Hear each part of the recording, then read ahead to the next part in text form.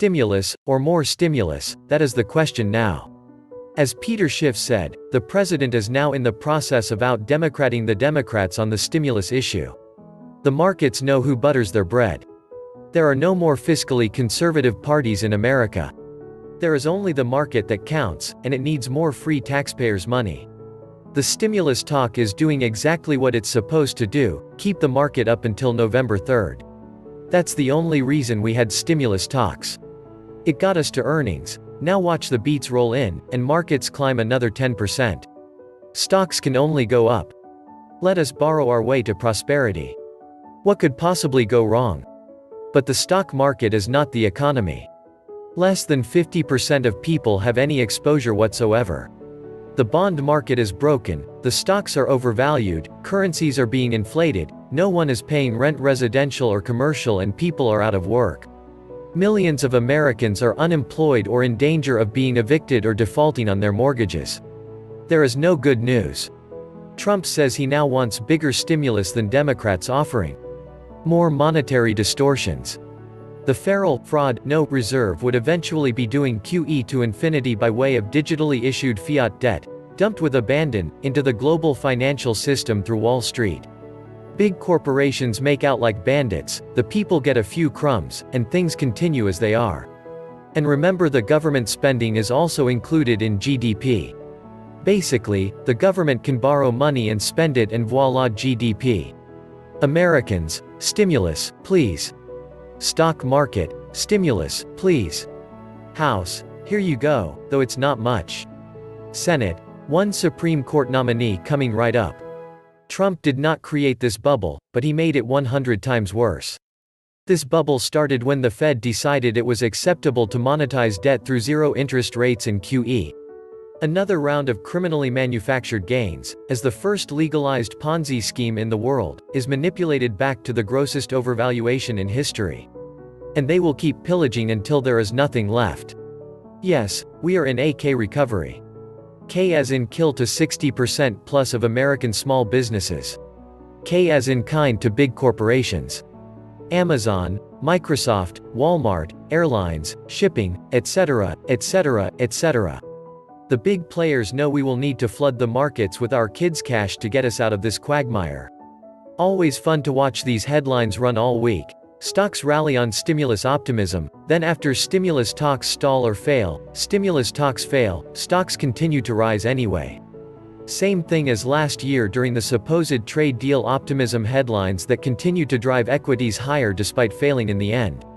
Buy the rumor, don't sell the news, or for any other reason, just look for whatever hopes and dreams you can conjure up and use that as a bull case until it fails, then rinse and repeat. It's almost as if 2020 shined a light on what a big scam the equities market truly is. But, we're bullish now because we're expecting record deliveries in 2030. It is not the stimulus amount of money that is the sticking point. It is who gets it.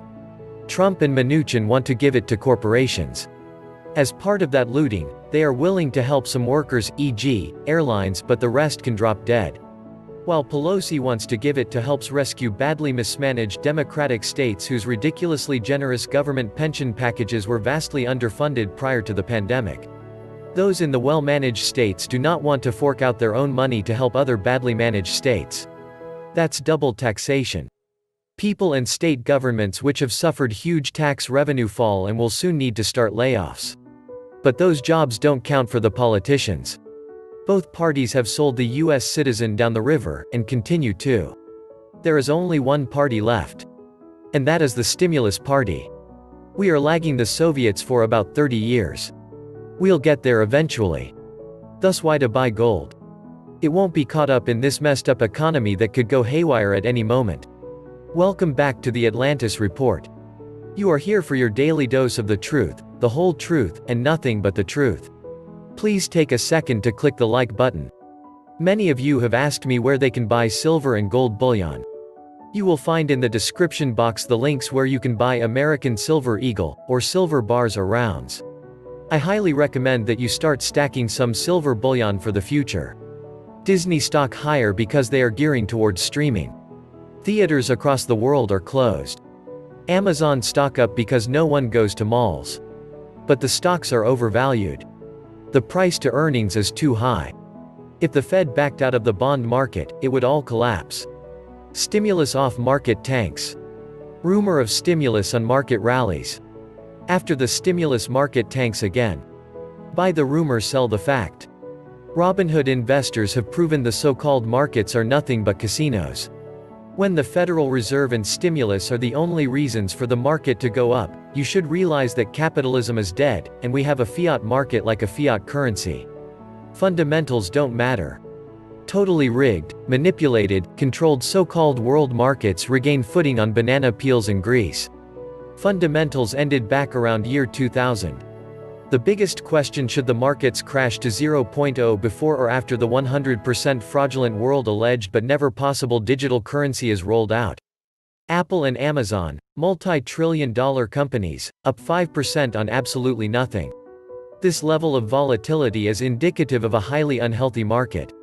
We basically have swings based on low-volume trading after hours, after which the algos and high-frequency tradings kick in to try to front-run the foolish retail investors. We need to take out the trash, not encourage more of this behavior. That means a financial transactions tax, a complete repeal of the corporate tax cut, and we need interest rate normalization. Seriously, this market is completely grotesque. So many people seem to think that companies like Tesla or Apple, or Amazon running up 5 to 10% on a regular basis makes perfect sense. Apple is up 110% year over year. Tesla is up a dizzying 760%. What could possibly justify these ludicrous climbs? Here in the real world, these are the signs of a market so distorted as to no longer be recognizable. The flimsiest of pretexts, or sometimes none at all, is all that's required for stocks to soar, but they don't drop even in the face of devastatingly bad news. How long can this really go on for? The reckoning is going to be of historic proportions.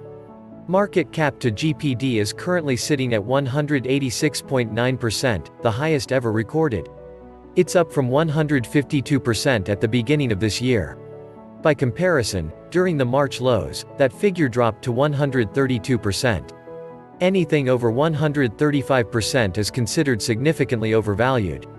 And before the recent meteoric rise in this measure, the highest ever recorded was 138.4% during the height of the dot-com bubble.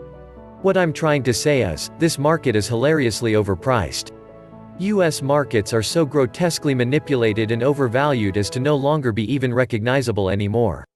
When the reckoning comes, and it will indeed come, it will be historically catastrophic. And then when it comes crashing down, the fools like Powell, Mnuchin, and the other sycophants will be standing around looking dumb, wondering, how could this have happened? It's like the kid who is told by his mom to stop throwing a ball around the kitchen and then looks shocked when he finally hits a glass which shatters on the floor and makes a mess. Smart investors have been warning about the long-term consequences of enabling reckless risk-taking, endless QE, bailouts, ZIRP, all while half the country suffers, and each time, these people are dismissed. When the reckoning comes, the sycophants will be screaming at the wise men, saying, "Why didn't you warn us?" What's even worse is that when the reckoning comes, those who get massacred are going to demand a taxpayer-funded bailout. The mom and pops, and the Robin Hooders will be crying while these fraudsters move to island countries, where teen whores are plentiful, richer than they ever were. The currency hyperinflates. The dollar will be turned to dust to keep our corporate overlords happy. Permanently low interest rates, debt monetization by the Fed, QE infinity, and corporate bailouts all encourage the worst possible behavior from companies. The airline industry dumped more than $20 billion in stock buybacks in recent years, and we're seriously talking about bailing them out for a second time. Let investors bail them out or let them go belly up. It's not like new companies, or decently managed companies won't be able to spring from their ashes anyway. After 2008, it seems like our leaders decided that recessions are to be avoided and fought at all costs. B. Corporate socialism is as American as apple pie, and C. That spending the wealth of future generations to perpetuate the terrible behavior of today and prevent boomers from ever facing the consequences of their actions is apparently how we reach permanent prosperity. My generation and my children's generation will be buried under more debt than we can ever reasonably pay back. The consequences will be dire. And the masses must be kept in debt. Otherwise, they are free to do stuff the elite do not like. It's an exponential debt game. At this point, isn't it oxymoronic to singly focus on the economy meaning stock market? As corporations took advantage of re-engineering their operations, reducing headcount sans severance pay, extended benefits, early retirement buyouts, mayors, governors were pounding in the last nail on the coffin of low-mid-income workers who received all those pink slips. The problem is twofold. 1. Workers earned more money, not working than when the hind teat of the fatted calf dried up. 2. Their jobs have been eliminated, and fewer jobs are available. The debt can was kicked down the road with moratoriums on evictions, foreclosures, student loan payments. Unless PPP receives more funds and the average American receives some relief, there may be coal on the Thanksgiving and Christmas table except for those upper-income workers unaffected who have been refinancing their mortgage and debt at breakneck speeds. We're at that point where the question on collapse is a matter of how soon. The moral hazard was breached in the 2000 and 2008 crises that were staged to bail out Wall Street.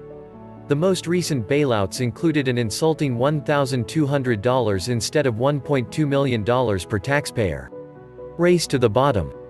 It's all going to crash. We're just voting to see who is captain of the ship while it is going down. Actually, we're voting for the stewardess, we never get to see the captain. The end game won't be pretty, no matter who wins. Fasten your seatbelt, it's going to be a rough ride next few years. Leave me a comment. Subscribe. And please take some time to subscribe to my backup channels, I do upload videos there too. You'll find the links in the description box. You will also find a PayPal link if you want to make a donation. Thank you wholeheartedly to all those of you who have donated. Stay safe and healthy, friends.